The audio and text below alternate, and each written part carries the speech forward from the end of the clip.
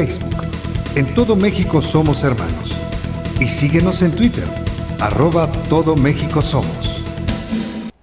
Y ahora estamos hablando de la competencia desleal de mexicanos con mexicanos, cuando compran franquicias transnacionales y compiten con los esfuerzos loables de pequeños empresarios que han tomado los cursos de INAMAP o de Proempleo y de pronto un abusado con mucho dinero los lleva a la quiebra, ¿no? El caso de una cafetería, sin decir marcas, ¿verdad? Pero entonces, para ver cómo se defendían de esa competencia desleal, tenemos la historia de Yucatán. Toda la península era un mercado cerrado con mesura y apertura prudente solamente a aquellos productos que ellos mismos no podían producir. Cuéntanos la historia. Bueno, pues básicamente lo que has dicho, antes era una economía cerrada, en sí el modelo económico de México anteriormente era de economía cerrada, eso se reproducía mucho en el caso de la parte del sureste del país, de la península de Yucatán, pero se dieron cuenta que esto, en vez de favorecer, realmente estaba perjudicando a la propia economía y al propio desarrollo económico y por ende el desarrollo social de las personas, porque lo único que se hacía era únicamente replicar modelos de negocios similares y no había suficiente capital. Entonces lo que se decidió fue abrir las puertas a otras empresas, tanto mexicanas como internacionales, para poder atraer también inversión, tanto nacional fuera de la región, como también capital extranjero, y eso es lo que también ha detonado mucho el crecimiento. Parte del por qué es importante difundir los beneficios de la formalidad a la comunidad informal y de que vengan y se capaciten en Proempleo o en otras instituciones y que reciban esta parte de la consultoría es porque mucho del negocio o del ser empresario ahorita es la cuestión de innovación, de estar mejorando continuamente la oferta de valor que estás proponiendo. O sea, ya es imposible pensar de que tú una cafetería vas a tener una cafetería internacional.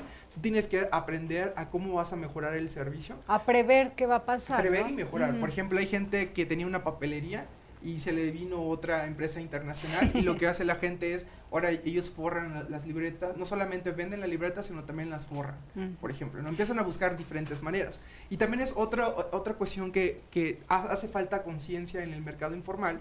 Por eso que decías también hace unos momentos de que ellos prefieren quedarse como su mercado es el mercado informal, de la base de la pirámide.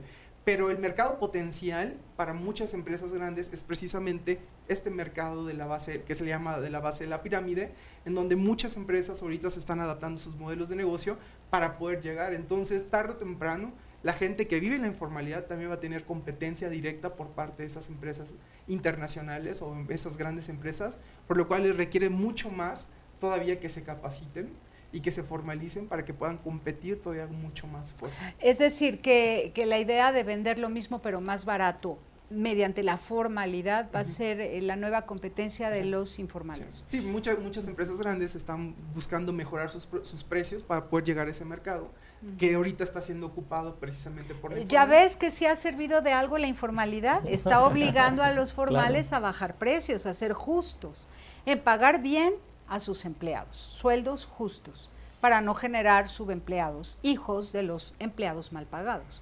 Pagar bien impuestos, reinvertir para la nueva creación de más empleos. En fin, ¿Los informales, por ejemplo? Sí, los formales tienen que pagar bien los impuestos, tienen que pagar buenos sueldos, porque si no, indirectamente son los que están provocando la informalidad. Los hijos de los hombres y mujeres mal pagados son los subempleados que están trabajando en la informalidad. Sí, y por ejemplo, en cuestión de generar, no solamente es en el número, sino también en la calidad de empleos.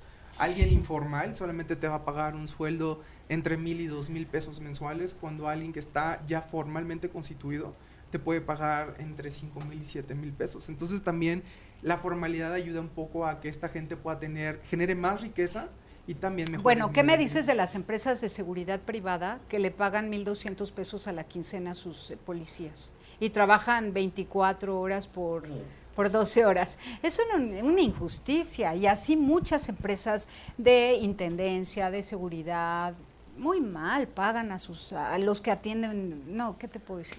Bueno, lo que pasa es que aquí es un problema ni siquiera de costos, es un problema de política de la iniciativa privada, ¿no? Porque además tenemos una masa social inactiva, que cualquiera se va por 5,000, 2,000, Por 3,000 menos, pesos, se van por menos. 1,200 pesos a la quincena. ¿Por qué? Pues porque ellos tienen esa facultad y no son puestos de alta calidad. ¿Por qué? Pues porque si traes a un técnico especialista, pues lo traes del país de origen, o te vas a las escuelas privadas y buscas a un especialista que requieres por 20,000, 25,000 pesos. Eso es lo que nosotros vemos, por ejemplo, cuando armamos un proyecto. Pensamos primero qué quieres hacer, cómo lo quieres hacer. Pensamos que es importante que pienses en la cultura empresarial, después la formalización de tu plan de negocios, después aterrizarlo. Y aquí viene un problema importantísimo que también lo estamos viviendo, es cuando estamos en la parte de creación del documento, todo el mundo feliz, pero cuando llegamos a ejecutarlo, y cuando llegamos a pedir el dinero, entonces la gente empieza a preocuparse mucho. ¿Por qué? Porque no es lo mismo hacer un documento que llegar a la realidad. Y lo peor, en el momento que tienes el recurso, ¿cómo lo aterrizas? Ese es un problema gravísimo porque no tenemos esa cultura empresarial. ¿Y por qué no la tenemos? Pues porque es un problema de educación de origen. Se nos enseñó por historia en México a ser profesionistas. Exactamente. Y a ser contratados por alguien, ¿Sí? ¿no? Y luego resulta que ya no hay empleo, ya casi nadie quiere contratar a nadie porque mientras menos relación obrero-patronal exista, se la llevan en paz, ¿no? Claro, porque ahora, por ejemplo, el Tecnológico de Monterrey, que es una de las instituciones privadas más importantes en esa materia, tiene un problema. El problema es que todo el mundo quiere ser alto directivo, cobra en dólares y ser director. Y además viajar, pero eso no es posible, ¿no? Y ese es un problema que ahora están tratando de resolver para que los estudiantes de ese tecnológico vayan a la realidad y vivan lo que está pasando. Que pongan negocios, ¿no? Claro. La idea es que aprendan a ser emprendedores, que es el trabajo del y que generen empleo. Así es. Canacope, ¿qué nos dice? Sí, en relación a eso... De los malos sueldos primero. Ok. Es todo un universo de diferencias, tanto en la empresa privada formal hay buenos y malos sueldos, como en el comercio informal hay buenos y malos sueldos. Déjame decirte que hay gente que en el comercio informal gana 300 pesos al día. Y si tú multiplicas 300 por 30 días son 9,000 pesos, si trabajó los 30 días, porque ahí no hay descanso. Y un profesionista que empieza a trabajar gana 6,000. 6,000 o 4,000 o lo que consiga, ¿no? Si es que consigue. Entonces, no lo podemos catalogar exactamente cómo funciona porque tiene sus variantes tanto en la informalidad como en la formalidad. Ahora, la parte que corresponde a estas nuevas generaciones están ya prácticamente obligados a ser emprendedores porque no hay salida. Anteriormente, hace 30, 40, 50 años, el hacer una carrera universitaria ya era sinónimo de éxito. O sea, acabas tu carrera, ya la hiciste. Y tenías empleo seguro. Así es. Ahora, ¿por qué no? Para que veas cómo la economía mundial ha sido un fracaso. El sistema económico mundial es un fracaso. Antes había trabajo para todos. Todos podían tener una casa. Hoy acabas una profesión y si estás a la mitad del camino, pues vas bien, ¿eh? Sí, de verdad. Porque todavía te falta ver qué vas a hacer, dónde vas a trabajar, si puedes comprar autos, si vas a comprar casa, qué oportunidades tienes, si te vas a buscar un empleo y vas a esperar a cotizar en el Infonavit, etcétera, etcétera. Entonces, sí es muy complejo, creo que la salida es muy importante y es lo que están haciendo los compañeros. Hay que capacitar a los nuevos emprendedores, eso no hay de otra. Emprendedor que quiera ser espontáneo no la va a hacer aquí, porque hay muchas cosas que aprender, muchas decisiones que tomar. La gente no está acostumbrada ni a arriesgar, ni a tomar decisiones, pero sí es importante cuando se enfrascan en este proceso de capacitación que empiezan a aterrizar en la realidad. Y lo que ellos pensaban que, bueno, ya traigo aquí en la bolsa los 100,000 pesos. Y cuando se dan cuenta exactamente en la ejecución y en la parte anterior que hicieron el plan de trabajo, que dice, oye, es que 100,000 pesos simplemente de la adaptación del local, la renta de los 2 depósitos, los cambios, ya llevo 70, 80, ¿no? Sí. ¿Qué voy a hacer? Entonces, es cuando empiezan a aterrizar, pero es cuando las cosas salen bien. O sea, si bien sea, que hay que aguantar. Sí, son muy difíciles. La realidad es muy difícil, ¿eh? Sí. Pero si la aguantas y creces con ella, haces el cambio y ahí están las empresas que tienen éxito. Ahora, cuando haces tus declaraciones mensuales, anuales y de repente llega Hacienda y te dice, me debes de tu declaración anual tales y tales y tales y tales datos. Y dices, nunca he manejado ese asunto y te cambia la jugada Hacienda a cada rato y te pones a temblar porque dices, si yo juraba que había hecho todo correctamente. Sí. Es que ahí está esta parte. ¿Por qué cambia Hacienda la jugada a cada rato?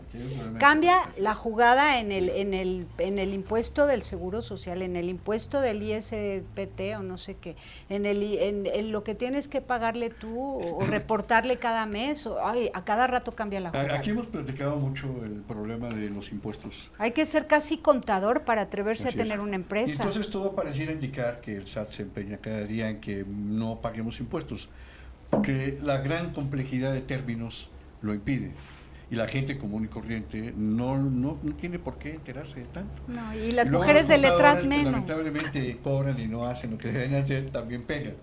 Pero yo creo que hay maneras.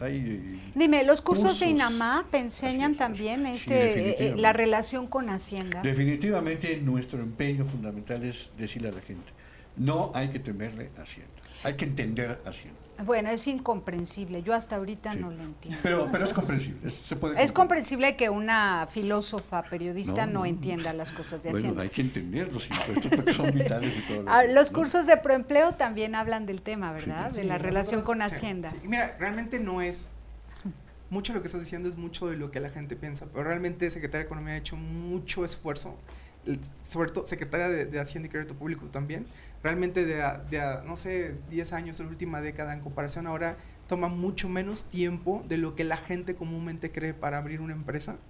Es un poco más flexible, y no es porque esté a favor de Secretaría de Economía ni ninguna secretaría, pero han hecho esfuerzos interesantes a favor de que la gente, de que la gente se acerque más y pierda este temor que se tiene hacia lo que significa la parte fiscal o la parte económica, y realmente para que aprovechen. O sea, mucha gente que empieza un negocio en la informalidad, de repente tiene un producto que es a veces muy bueno, hasta mejor de las grandes empresas, y tiene la oportunidad de poder exportarlo, pero si no está formalmente registrado va a tener no lo puede hacer, claro, puede hasta exportar un comerciante formal, ¿no? Vamos a un corte y regresamos con ellos. ¿Aguantan otros minutitos? Sí, ¿No claro. tienen hambre? ¿Esperan? Sí. ¿Sí? Continuamos.